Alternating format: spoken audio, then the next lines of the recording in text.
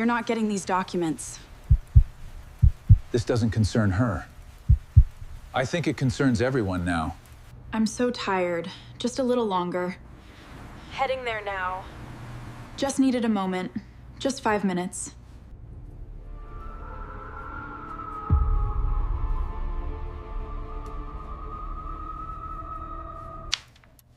Doctor, this hospital's negligence is undeniable. Yeah? We followed protocol. I need to see the complete report. Give her the files. I never knew.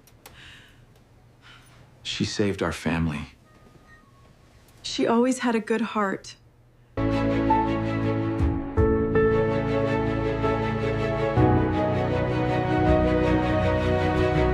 I didn't know the woman on that stretcher was his mother. I only knew she was dying, and everyone around her was moving one mistake too fast. My name is Grace Miller, and by 2:17 in the morning, my hands had started shaking so badly, I had to grip the edge of the nurse's station just to keep them still. 18 hours on my feet at St. Mercy General in Chicago had turned my legs into wet paper and my thoughts into static. The coffee in my paper cup had gone cold sometime before midnight, but I kept drinking it anyway because cold coffee was still cheaper than sleep, and sleep had become a luxury I could not afford.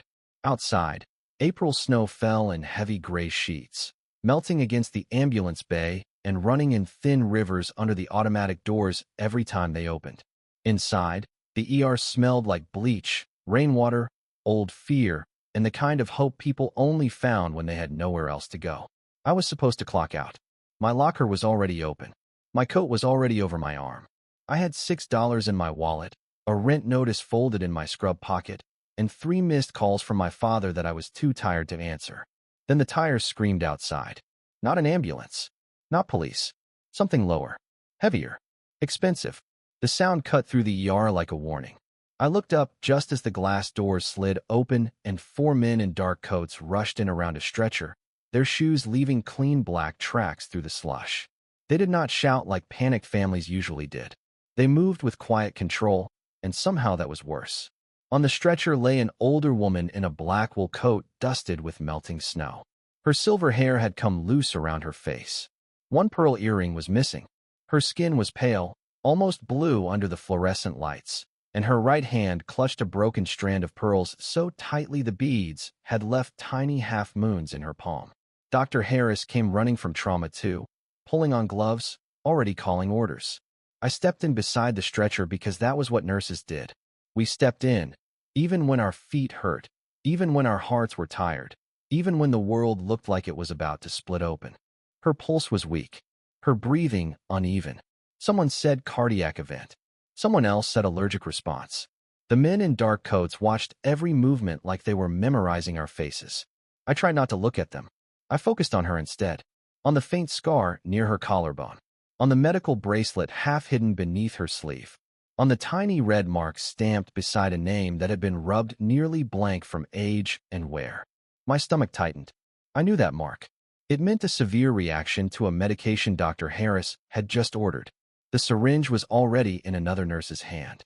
I heard myself speak before I decided to. Stop. The room froze. Dr. Harris looked at me like I had broken something sacred. Grace, step back. But I couldn't. Not with that syringe inches from her fore. Not with the woman's breath catching like paper tearing. I stepped between the medication and the line, my hand out, my voice shaking but clear. Don't give her that. It could make her worse. For one sharp second, nobody moved.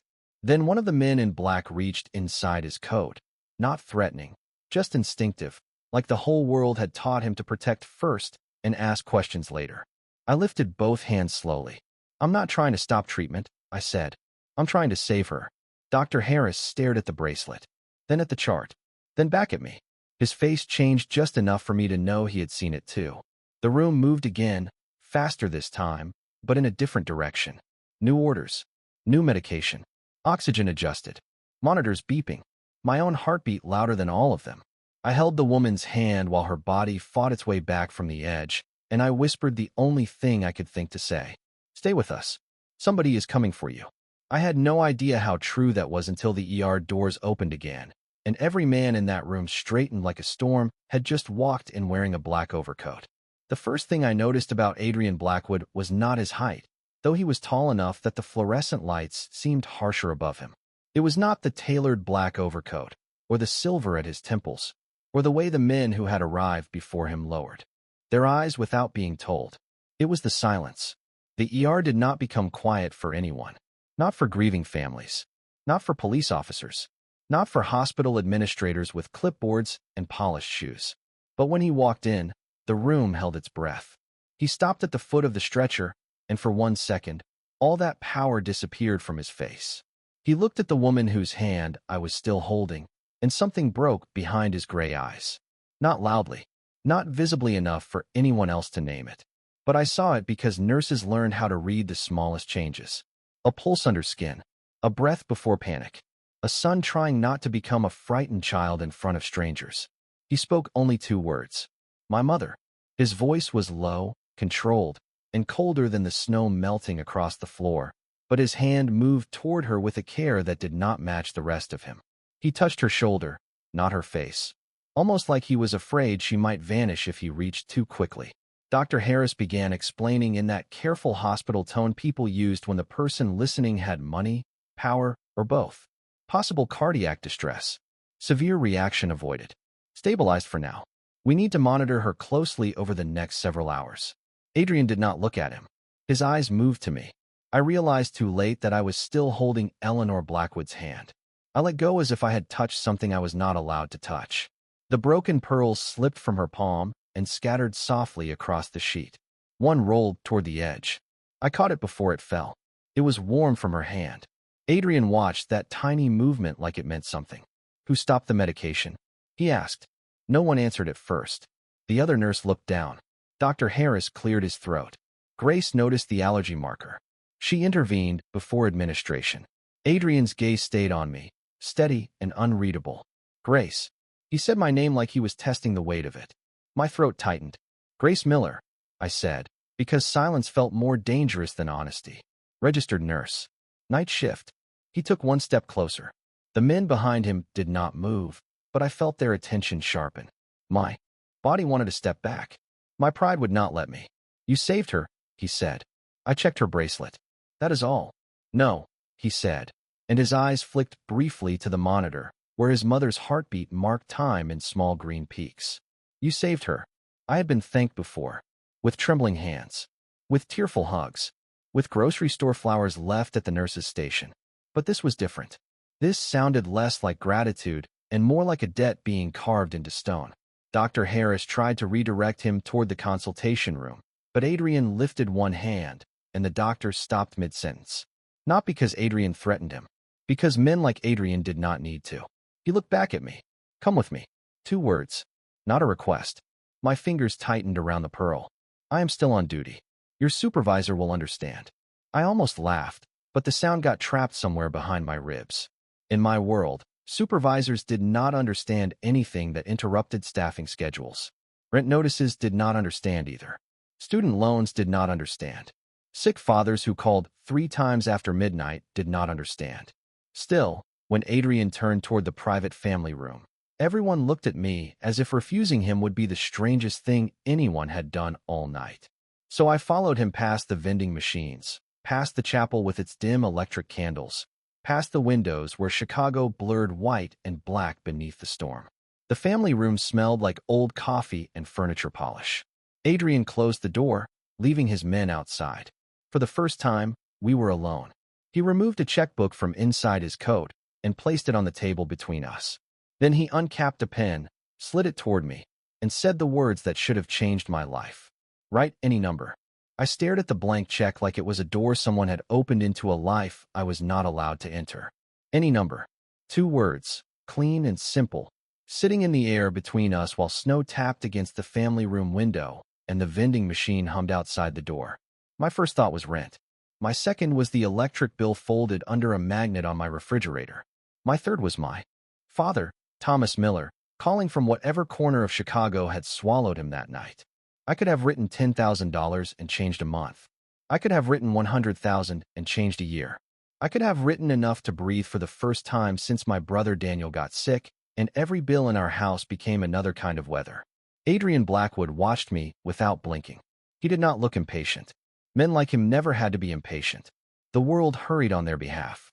I picked up the pen, and my fingers trembled so hard the silver tip tapped against the table.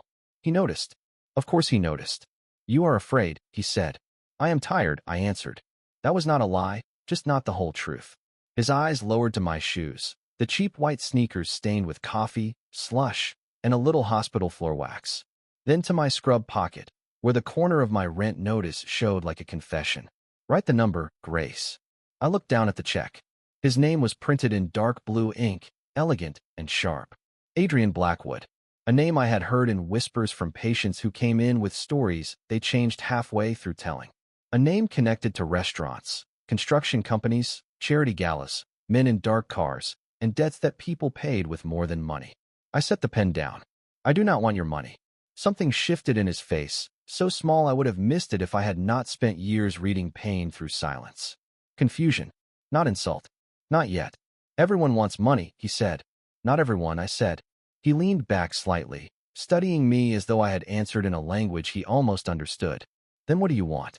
The question should have been easy. I had carried the answer for 3 months, folded behind my teeth, too dangerous to say aloud. My father owed money to a man named Vincent Cole, a man who smiled in church on Sundays and sent other people to collect on Mondays. My father borrowed because Daniel needed a specialist our insurance would not approve fast enough. Daniel died anyway. The debt stayed. That was how the world worked for people like us. Even grief came with interest. I swallowed, but my throat felt. Lined with glass. "Mercy," I said. Adrian went still. Outside the door, one of his men shifted his weight, leather soles brushing the tile. Inside, the room felt suddenly smaller. "Mercy," he repeated, and the word sounded unfamiliar in his mouth. "My father made a mistake," I said. "More than one. He borrowed from the wrong people. He is scared, and he is sick, and he does not have anything left worth taking." Adrian's gaze sharpened. "Your father's name?" "Thomas Miller." For the first time, he looked away from me. Only for a second, but I saw it. Recognition moved across his face like a shadow crossing glass. "You know that name?" I whispered. He closed the checkbook. The sound was soft, but it landed harder than shouting. "Thomas Miller owes a debt that no nurse should know about." "I do know about it," I said. "I know because I was the one answering the phone when the call started. I know because I was the one hiding his truck keys so he would not drive to meet men who never planned to help him. I know because my brother is gone, and somehow we are still paying for the chance we were not given to save him." My voice cracked on the last word, and I hated myself for it. Adrian stood. The room seemed to rise with him. "Mercy is expensive, Miss Miller." I looked up at him, at the coat that cost more than my car, at the watch on his wrist, at the cold discipline in his face, and something inside me stopped being afraid. "Then maybe," I said quietly, "you were never as rich as everyone thinks." His eyes changed. Not anger. Something deeper. Something almost wounded. Before he could answer, the door opened behind us, and Dr. Harris appeared, pale under the fluorescent light. "Mr. Blackwood, your mother is asking for someone." Adrian turned so fast the air moved. "Who?" Dr. Harris looked at me. "Not him. She is asking for Grace." I thought I had heard Dr. Harris wrong. People waking from medical crises usually asked for family, water, pain medicine, or God. They did not ask for the tired night nurse who had nearly been sent home an hour earlier. Adrian looked at me as if I had become a question he did not like. I followed him back through the hall. With my pulse beating in my ears, past the chapel, past the vending machines, past 2 of his men who stepped aside without a word. The ER had changed while we were gone. It felt cleaner somehow, too still, like everyone had decided to breathe quietly around the Blackwood name. Eleanor Blackwood had been moved behind a curtain in Trauma 1, her silver hair brushed away from her face, a warm blanket pulled up to her shoulders. The monitor beside her blinked in steady green lines. Not strong yet, not safe yet, but alive. Her eyes opened when I came near. They were the same gray as Adrian's, only softer, like storm clouds after rain. "Grace," she whispered. My name sounded fragile in her mouth. I stepped to the bedside, suddenly aware of Adrian behind me, silent and sharp as a shadow. "Yes, ma'am. I am here." Her fingers moved against the blanket. I took her hand because instinct was stronger than fear. Her skin felt cool and thin, but her grip surprised me. "You stopped them," she said. "I checked your bracelet. Anyone would have done the same." Her mouth curved faintly, not quite a smile. No, dear. Most people see what they are told to see. You saw me. Something in my chest tightened. I did not know how to answer that. Nurses were trained to stay calm, to be steady, to give comfort without taking too much for ourselves. But the way she looked at me felt strangely personal, as if she had been waiting for my face to appear out of the white hospital light. Adrian moved closer. Mother, you should rest. Eleanor did not look at him. Miller, she whispered. I felt my hand go still inside hers. Adrian heard it too. The air changed. You know my name? I asked. Her eyes searched my face slowly, carefully, as if age and medication had placed fog over an old road. Your mother had kind eyes, she said. My breath left me. My mother had been gone for 11 years, but grief did not care about calendars. It could still find the softest part of me and press. You knew my mother? Adrian's voice cut in, controlled but edged. Mother, what are you saying? Eleanor closed her eyes for a moment. When she opened them again, they were wet. Laura Miller, Southside Clinic, winter fundraiser. She held my hand when I had no one allowed to know I was afraid. The words came slowly, but each one landed with weight. My mother had worked at a free clinic before she died. She used to come home with cracked hands and grocery bags full of donated coats for families she said needed them more than we did. She never mentioned Eleanor Blackwood. She never mentioned the kind of people who arrived with private security and pearl earrings. Adrian stared at his mother as if she had opened a locked door in a house he thought he owned. Why have I never heard this? Eleanor turned her head toward him, and for the first time that night, I saw not a powerful woman or a grateful patient, but a mother who had carried secrets to protect her son from becoming harder than he already was. Because you were young, she said. Because your father believed kindness made us weak. Because I was tired of watching men turn every debt into a chain. Adrian said nothing. His jaw tightened, but he did not look angry. He looked lost. Eleanor's fingers squeezed mine again. Your mother helped me when I needed mercy, she whispered. Now her daughter has asked my son for the same thing. The monitor beeped steadily between us. Outside the curtain, shoes moved, voices lowered. The hospital continued being a hospital. But inside that small space, the world I understood tilted. I had come to work with $6 in my wallet and a father I could not save. I had asked a dangerous man for mercy because I had nothing else left to offer. And now his mother was looking at him with tears in her eyes, asking without saying the words. Adrian looked from her hand in mine to my face. For the first time, the most feared man in Chicago seemed to understand that the price of mercy had never been money. Adrian did not answer his mother right away. He stood beside her bed with one hand resting on the metal rail, his knuckles pale beneath the hospital lights. And for the first time since he had entered St. Mercy General, the room did not seem to obey him. Eleanor closed her eyes again, exhausted by the effort of speaking, but her hand stayed wrapped around mine like she was afraid the truth might disappear if she let go. Dr. Harris checked her vitals and quietly suggested she needed rest. Adrian nodded once, but his eyes remained on me, fixed and unreadable. I wanted to pull my hand away. I wanted to leave before the Blackwood family history reached out and tied itself around my throat. But Eleanor's grip was weak, and I had spent too many years holding on to people who were leaving. So I stayed until her breathing evened out and the monitor settled into a rhythm steady enough to make my shoulders drop for the first time all night. When I finally stepped back, Adrian followed me into the hallway. His men moved toward him, but he lifted 2 fingers, and they stopped. The hallway smelled like floor cleaner and burnt coffee. A janitor pushed a mop past us without looking up, as if powerful men and tired nurses were just another kind of weather in a hospital at 3 in the morning. Adrian spoke first. Tell me everything about Thomas Miller. I almost smiled, but there was nothing funny in it. That is not how mercy works. His expression tightened. I need to know what I am being asked to forgive. No, I said quietly. You need to know whether forgiving him will cost you control. The words came out before I could soften them. His eyes sharpened, and for 1 second, I remembered every whisper I had ever heard about him. Adrian Blackwood did not raise his voice. He did not make threats. He simply looked at people until they remembered what fear felt like. But I was too tired for fear to have clean edges. My father is not innocent, I said. He drinks too much. He misses calls. He lies when shame gets too heavy. But he loved my brother. He sold his truck, his tools, his wedding ring, everything he had, trying to keep Daniel alive. When it was not enough, He borrowed from Vincent Cole because men like Vincent always know when grief has emptied a house. Adrian's face changed at that name. Not much. Enough. Vincent Cole works under you, does he not? I asked. He looked toward the emergency room doors, where the storm still pressed white against the glass. Not directly. That was the kind of answer powerful people gave when the truth had hallways. I hugged my arms around myself, suddenly cold. Then Mercy should travel those hallways too. For a long moment, he said nothing. Then he reached into his coat and pulled out a phone. He made one call. I heard only his side of it, each word measured, low, and final. Find Thomas Miller. Keep him safe. No one touches him. Not Cole. Not anyone. My breath caught so sharply it hurt. Adrian ended the call and looked back at me. Temporary, he said. Until I understand what my mother thinks she owes your family. I should have thanked him.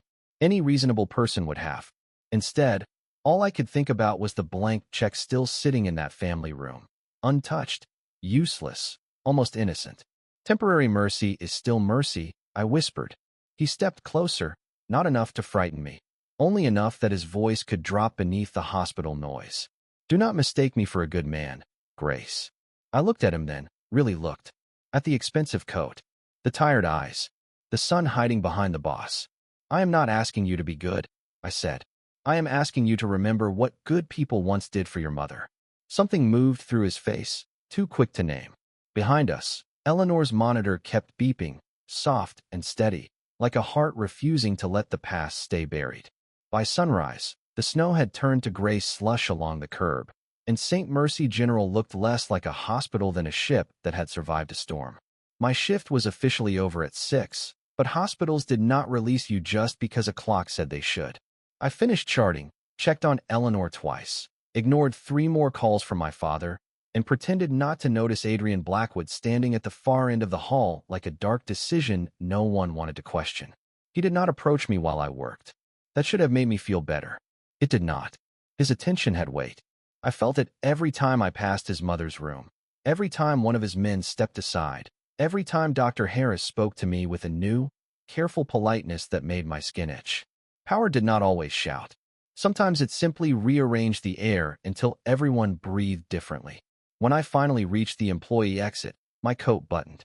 Wrong and my tote bag cutting into my shoulder, a Blacktown car waited at the curb. The driver stood beside the back door, holding an umbrella even though the snow had nearly stopped. Miss Miller, he said, Mr. Blackwood asked me to take you home. I looked past him at the car, at the tinted windows, at the leather seats I could see through the open door. My old Honda sat 2 blocks away in the staff lot with a cracked windshield and a heater that only worked when it felt generous. For one exhausted second, comfort tempted me more than money had. Then I remembered the checkbook. The command in Adrian's voice. The way everyone assumed I would obey because he had decided something for me. No, thank you, I said. The driver looked genuinely uncomfortable. He was instructed to insist. Then please tell him I was instructed by my own mother to never get into cars with men who think kindness requires permission. The driver blinked. I walked past him into the cold. My sneakers soaked through before I reached the corner. My phone buzzed again. This time I answered because guilt had sharper teeth than exhaustion. Dad. Grace. His voice was hoarse, thin, and scared in a way that made me stop beneath a dripping bus shelter. Where are you? Home. 2 men came by. They said I was not supposed to leave. They were polite, Gracie, but polite like funeral homes are polite. I closed my eyes. Adrian's temporary mercy had arrived wearing surveillance. Did they hurt you? No. They brought groceries. And a prescription refill. And one of them fixed the back lock. I almost laughed. Instead, I pressed my fingers against the bridge of my nose until the pressure steadied me. Stay inside. Do not drink. Do not answer the door unless I call first. Grace, what did you do? I looked back toward the hospital. From this distance, I could still see the Blacktown car at the curb, patient as a shadow. I saved a woman, I said. I think her son is trying to decide what that means. By the time I got home, the sun had risen over Chicago in a pale strip of gold that made every dirty window look briefly holy. My apartment was on the 3rd floor of a brick building that smelled like radiator heat. And someone else's toast. I climbed the stairs slowly, one hand on the railing, my whole body begging for bed. There was an envelope taped to my door. No stamp. No name. Inside was a receipt showing my rent paid for 3 months, along with a note written in neat black ink. You need rest more than pride. I stood there in the hallway, my breath turning uneven. For a moment, I saw everything that money could fix. The late fees, the empty fridge, the panic that lived under my ribs. Then I turned around, walked back down 3 flights, and found the Blacktown car still waiting at the curb. Tell Mr. Blackwood, I said to the driver, holding out the envelope, that saving his mother does not make me his responsibility. The rear window lowered before the driver could answer. Adrian sat inside, his face half hidden by the morning light. No, he said quietly, but it made you someone my enemies may notice. The cold moved through me. For the first time, I understood that mercy had not ended the danger. It had given it my name. Adrian's words stayed with me long after the Blacktown car pulled away from the curb. Some of my enemies may notice. He said it the way another person might say rain was coming. Not with fear, not with drama, just certainty. I stood outside my building with the rent receipt still in my hand, watching the car disappear into Chicago traffic, and felt the strange shape of my life changing without asking me first. By noon, I had slept for 3 hours and woken up more tired than before. My apartment was quiet except for the old radiator ticking like a nervous clock. I made toast because it was all I had, burned it because my hands were not steady, then sat on the edge of my bed staring at my phone. My father had not called again. St. Mercy had sent one message asking me to come in for my next night shift. Adrian had sent nothing. Somehow, that bothered me more than if he had sent 10 cars and another envelope. At 5 in the evening, I took the bus back to the hospital because poor nurses did not get dramatic pauses in their lives.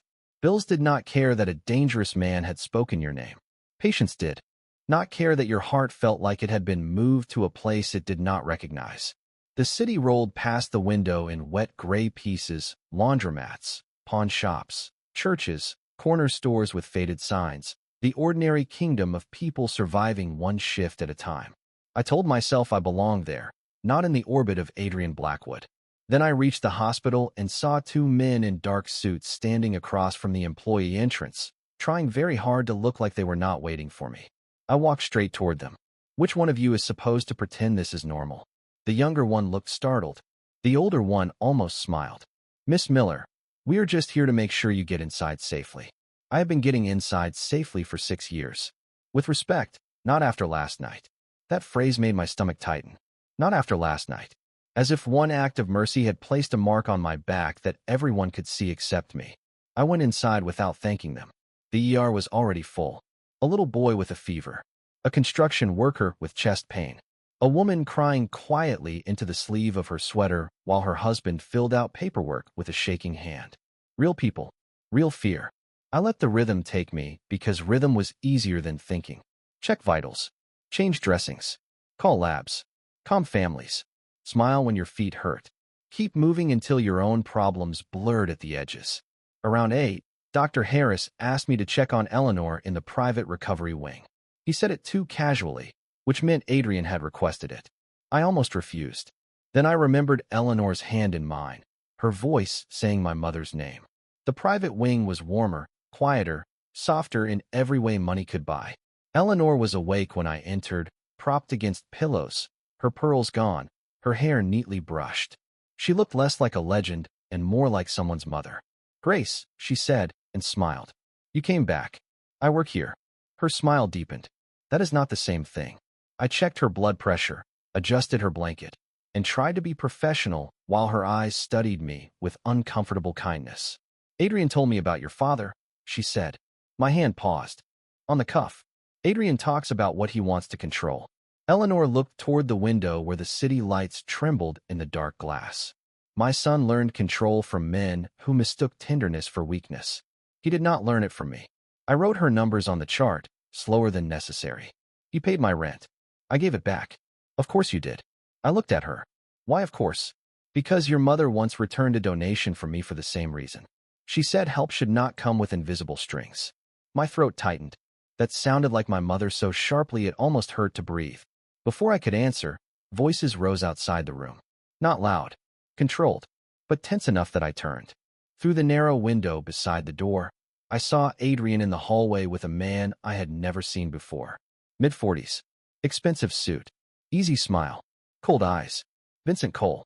I knew him before anyone said his name. Adrian's posture was still, but the air around him had gone winter hard. Vincent glanced past him and saw me through the glass. His smile widened by one careful inch. Eleanor's monitor gave one soft beat behind me, and Adrian stepped directly into Vincent's line of sight, blocking me from view. That was the moment I realized protection did not always feel like a cage. Sometimes it looked like a man becoming a wall before the danger even knocked. Vincent Cole smiled like a man who had never had to raise his voice to make a room feel smaller. I had seen men like him in the ER before, men who wore kindness the way other people wore cologne, lightly, expensively, and only when someone important was watching. Adrian stood between us with his shoulders squared and his hands relaxed at his sides, but nothing about him felt relaxed. The hallway had gone quiet in that strange way hospitals do when people sense a problem but do not know where to look. Eleanor's fingers found mine on the blanket. Her grip was weak, but the warning in it was not. Do not speak to him alone, she whispered. I looked at her face, at the fear she was trying to hide behind dignity, and understood that Vincent Cole was not just a name attached to my father's debt. He was a crack inside Adrian's world. Adrian said something to him too softly for me to hear. Vincent answered with a laugh that had no warmth in it. Then his eyes slid past Adrian again and landed on me through the glass. He lifted one hand in a polite greeting, as if we had met at church, as if he had not turned my family's grief into a payment schedule. My stomach folded in on itself. Adrian stepped closer to him, blocking his view again. That should have been enough to make me feel safe. Instead, it made me angry. Not because Adrian protected me, but because every man in that hallway seemed to believe I was something to be moved, hidden, traded, or guarded. I was tired of being a consequence in someone else's story. I handed Eleanor her call button and walked to the door. Grace, she said, quiet but urgent. I looked back. I know. Then I opened the door. Adrian turned immediately. His eyes sharpened, and for once I saw worry before command could cover it. Go back inside. No. Vincent's smile widened. Miss Miller, he said, as though tasting my name. I have heard so much about you. I doubt any of it was kind. He placed one hand over his chest, offended in a way that felt rehearsed. Your father and I only had a business disagreement. My voice stayed steady, which surprised me. My brother was sick. My father was desperate. That was not business. That was opportunity. Something flickered behind Vincent's eyes, fast and cold.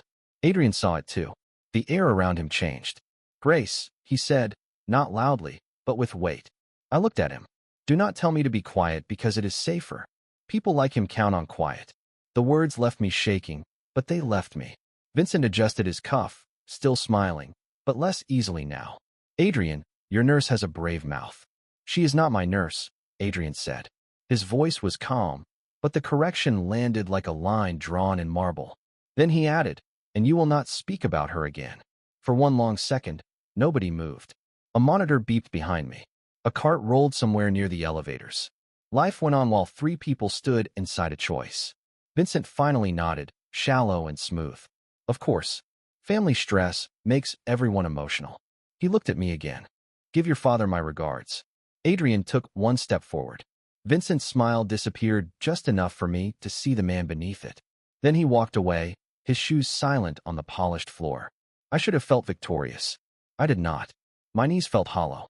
Adrian turned to me, and the anger I expected was not there. Only something darker and more human. You should not have done that, he said. Maybe not.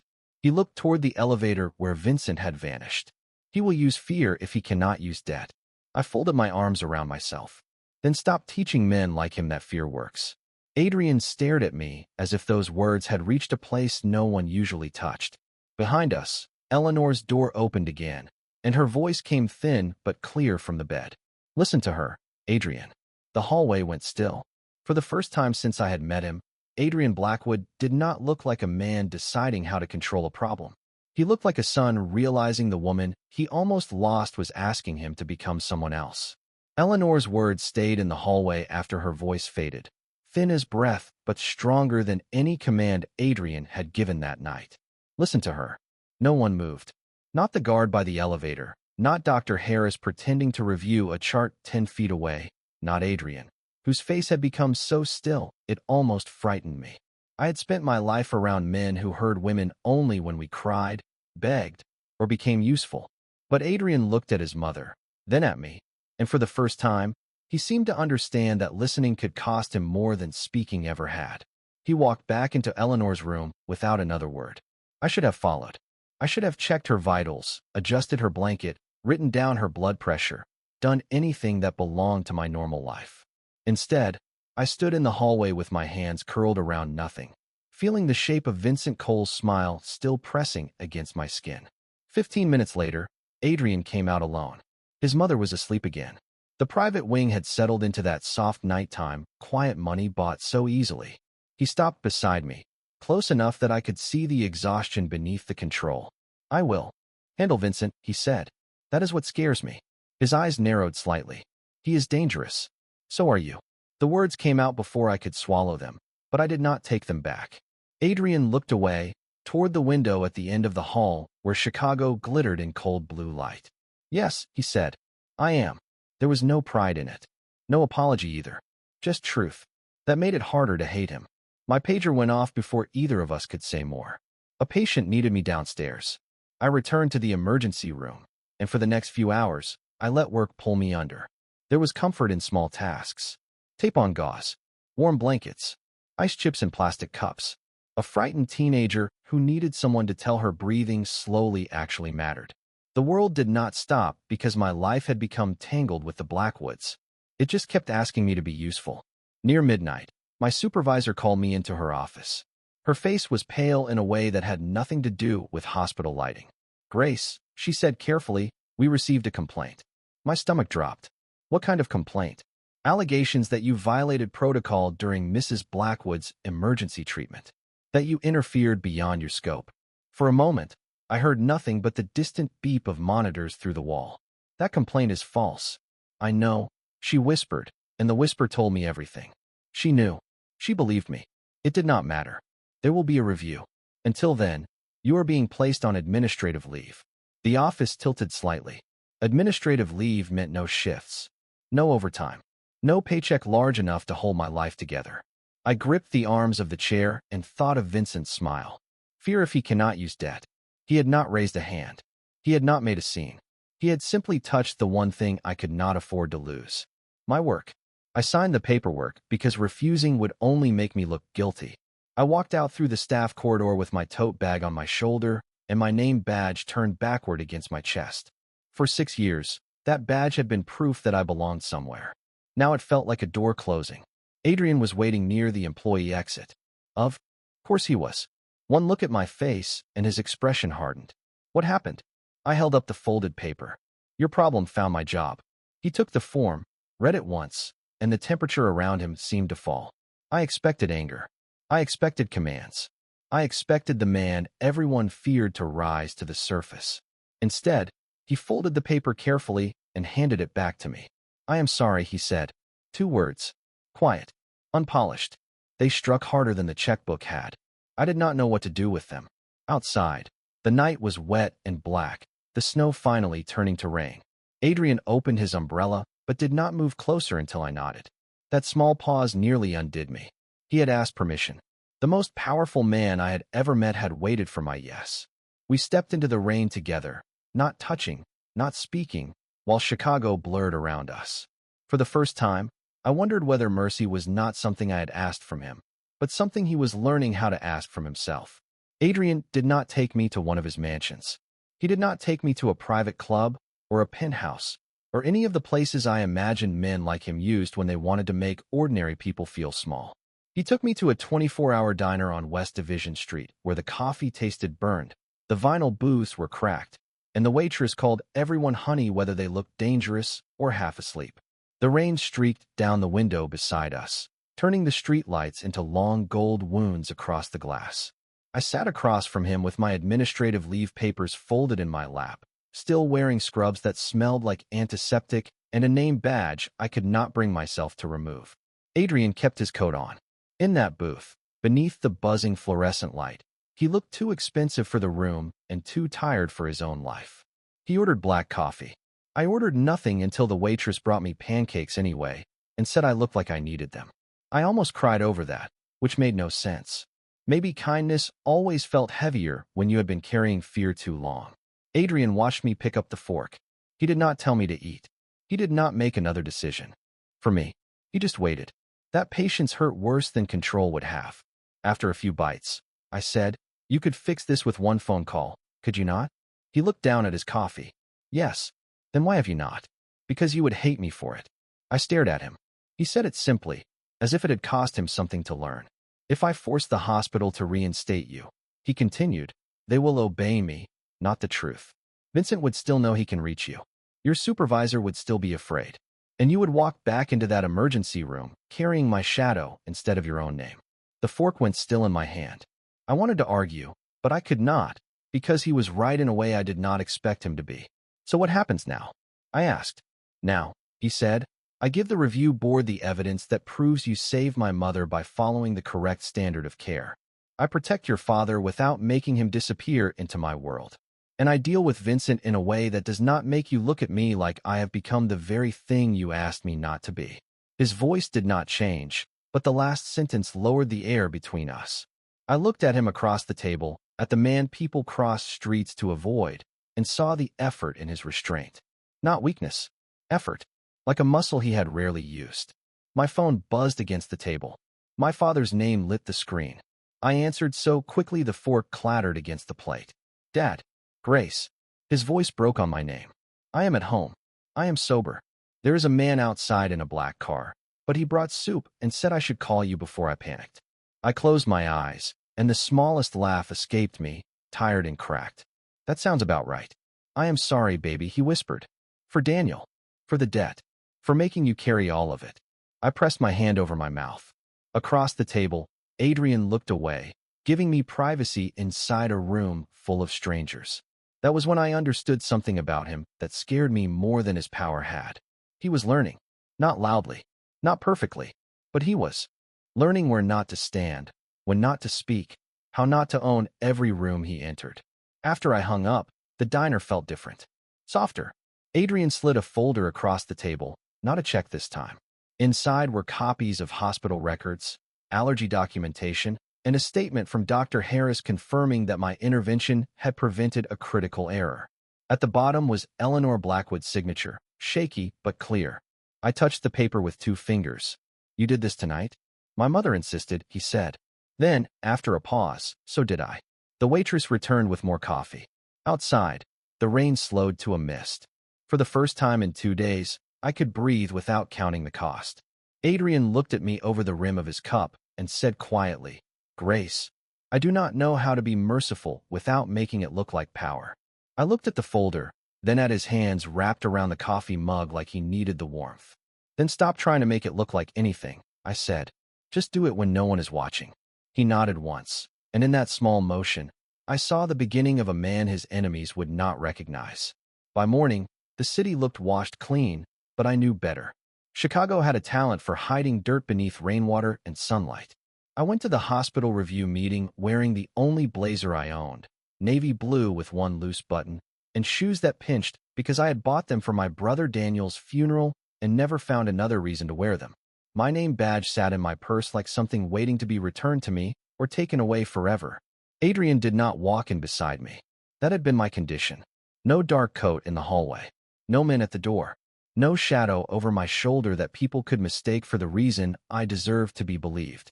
But when I stepped out of the elevator, I saw Eleanor Blackwood waiting in a wheelchair near the conference room, pale, elegant, and stubborn enough to frighten every administrator in the building. Adrian stood behind her with one hand on the chair, silent as stone. He met my eyes, but did not move toward me. He remembered. I hated how much that mattered. The review board sat around a long table, with folders stacked neatly in front of them, the kind of order people created when they wanted fear to look professional. Dr. Harris was there. My supervisor was there. A legal representative from the hospital was there. And at the far end of the room, smiling like he belonged anywhere he chose to enter, sat Vincent Cole. My steps slowed.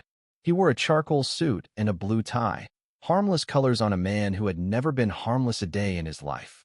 "Miss Miller," he said warmly, "I am here as a concerned community donor." Adrian's hand tightened on the handle of his mother's wheelchair, but he said nothing. That silence took more strength than any threat could have. The meeting began with careful words. Protocol, liability, scope of practice, patient safety. They spoke about my decision as if Eleanor had been a case file instead of a woman who had nearly slipped away beneath fluorescent lights. I answered every question. My voice shook at first, then steadied.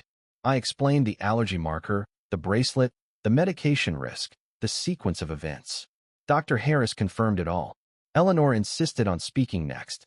Her voice was weak, but the room leaned toward it. Nurse Miller did not act recklessly, she said. She acted when hesitation would have cost me more than this hospital is willing to admit. Vincent's smile thinned. Then he opened his folder. I believe there are concerns about Miss Miller's family connections, he said. Her father has a documented history of financial instability. It raises questions about motive. The room went cold. There it was. Not a direct accusation. Something worse. A stain placed carefully near my name. My face burned. But before shame could pull me under, Adrian spoke. Mr. Cole. His voice was quiet, but everyone looked at him. This review concerns medical conduct, not your private attempts to pressure a nurse through her father. Vincent's eyes flickered. I do not know what you mean. Yes, Adrian said. You do. He placed a small recorder on the table. My breath caught. Adrian did not look at me. He looked at the board. Miss Miller asked me for mercy. Mr. Cole responded by targeting her employment. The evidence on this device has been provided to the proper authorities and to hospital counsel. No one moved. Even the air seemed afraid to disturb the moment. Vincent's polite expression cracked, not with rage, but with the sudden realization that a door had closed somewhere behind him. He stood slowly. This is a misunderstanding. Eleanor looked at him with tired eyes. No, Vincent. This is what happens when cruel men mistake silence for permission. The hospital attorney reached for the recorder. My supervisor looked at me, tears bright in her eyes. Dr. Harris lowered his head. And Adrian, the man I had feared would turn mercy into another form of control, stepped back from the table and let the truth stand without touching it.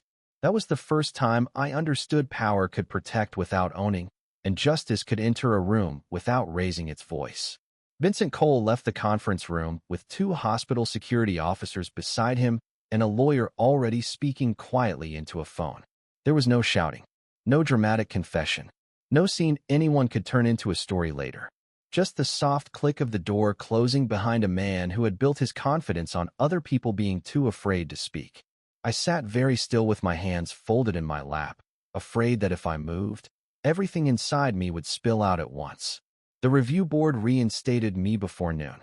The legal representative called the complaint unfounded.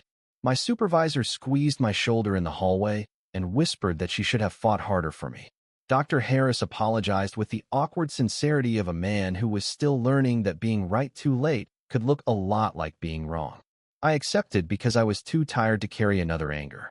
My name badge was returned to me in a small plastic tray, like a wedding ring after surgery. I clipped it back onto my blazer and felt something inside my chest unlock. When I stepped outside the conference room, Adrian was waiting near the window. Eleanor had been taken back to recovery, but her presence still seemed to linger in the polished floor and the faint scent of her lavender hand cream. Adrian did not ask if I was all right. Maybe he knew I would lie. Instead, he said, "Your father is safe. The debt is gone. Not transferred. Not hidden. Gone." My throat tightened so quickly I had to look away. How? Cole's records are now part of a larger investigation. Anyone who borrowed under coercive terms will be released from repayment. He paused. I started with Thomas Miller. For a second, all I could hear was the memory of my father's voice on the phone, thin with shame, saying he was sorry for making me carry all of it. I pressed my fingers against my eyes, but tears came anyway, hot and silent. Adrian looked down at his hands, as if my crying was something fragile he was not allowed to touch. "Thank you," I whispered. He shook his head once. "Do not thank me for ending something I should have seen sooner." That sentence changed the shape of him. Not in the eyes of the city, maybe. Not in headlines or rumors or whatever people said when his cars passed. But to me, standing in that hospital hallway with my badge back on my chest, he looked less like a man made of power and more like one standing at the edge of his own reflection, finally willing to look. Eleanor asked to see us both before I returned to the emergency room. Her room was bright with morning light, the storm completely gone, Chicago shining beyond the window like it had never been cruel. She was sitting up, pale but alert, a cup of tea cooling on the table beside her. When I entered, she reached for my hand.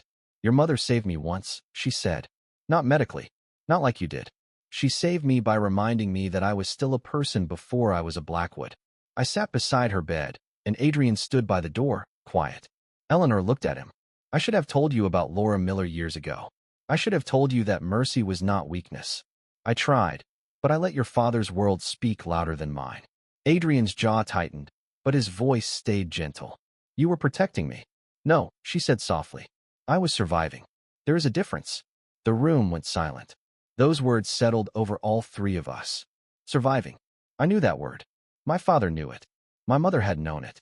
Even Adrian, in his marble houses and black cars, knew it more than he wanted to admit. Eleanor turned back to me. "Grace, what will you do now?" I looked through the glass wall toward the emergency department below, where stretchers moved, phones rang, and people kept arriving with fear in their eyes. "I will go back to work." She smiled. "Of course you will." Adrian opened the door for me when I left. In the hallway, he finally spoke. I thought power meant no one could touch what I loved. His voice was low, almost rough with honesty. "You taught me power can also mean knowing when to spare." I looked at him, at the man who had offered me a blank check and somehow learned to offer space instead. "Then do not stop at me," I said. "There are more families like mine, more debts, more people who need mercy before fear teaches them to disappear." He nodded slowly, and this time, it did not feel like a promise made to impress me. It felt like a vow he was making to the part of himself he had almost lost. Behind us, Eleanor's monitor beeped steady and sure, and for the first time since that terrible night began, I believed some hearts could come back stronger than before. 3 weeks later, Eleanor Blackwood walked out of St. Mercy General beneath a pale spring sky, one hand on Adrian's arm and the other waving away the wheelchair she was supposed to use. Some women recovered quietly. Eleanor recovered like surrender had personally offended her. The nurses clapped from the hallway. Dr. Harris pretended he had something in his eye. My supervisor cried openly. I stood near the desk in clean scrubs with my badge back where it belonged, watching Adrian help his mother into the sunlight, as if the whole city had softened around them. He looked different that morning. Still Adrian Blackwood. Still tall, still controlled, still carrying the kind of silence that made people step aside before they knew why. But something in him had changed direction. His power no longer entered the room first. His attention did. A week after Vincent Cole was removed from every corner he had poisoned, notices began arriving across the South Side. Debts canceled. Payment threats withdrawn. Legal aid offered through an anonymous foundation that was not anonymous to anyone who knew where to look. My father received one in the mail and sat at our kitchen table for 20 minutes with the paper in both hands, crying so quietly I almost did not hear him. He did not become perfect overnight. Grief did not work that way. Shame did not pack a bag and leave because one dangerous man decided to be merciful. But he started going to meetings. He fixed the loose cabinet door Daniel used to slam when we were kids. He made coffee in the mornings and asked me how my shift went, and for the first time in years, I believed he actually wanted the answer. Adrian did not ask for credit. He did not call to remind me what he had done. He simply appeared where he was needed and left before gratitude could turn into obligation. A new patient assistance fund opened at St. Mercy under Eleanor's name and my mother's. The Laura and Eleanor Mercy Fund. I stared at the plaque the day they installed it near the hospital entrance, running my fingers over my mother's name until the letters blurred. Adrian stood several feet away, giving me space, always space now, as if he had learned that the distance between two people could be an act of respect. "You did this," I said. He shook his head. "You asked for it before I knew how to give it." I looked at him then, at the man who had once slid a blank check across a table like money was the language every heart understood. "What do you want in return?" I asked softly. He smiled, barely. "Nothing." That was the answer that broke me most. Not because I believed he had become harmless. Men like Adrian did not become harmless. They became careful, and sometimes careful was the first honest step toward good. Months later, when people asked how I met him, I never told the story the way rumors told it. I did not say I changed a powerful man. I did not say he saved me. The truth was quieter than that. I held his mother's hand when her heart was weak, and he held back his darkness when mine was tired. Somewhere between those two acts, mercy stopped being a word we used in desperation and became a life we were both learning to live. He had asked for my price because he thought everything had won. But mercy was the first thing he could not buy, the first thing I refused to sell, and the first thing that made him human enough to love.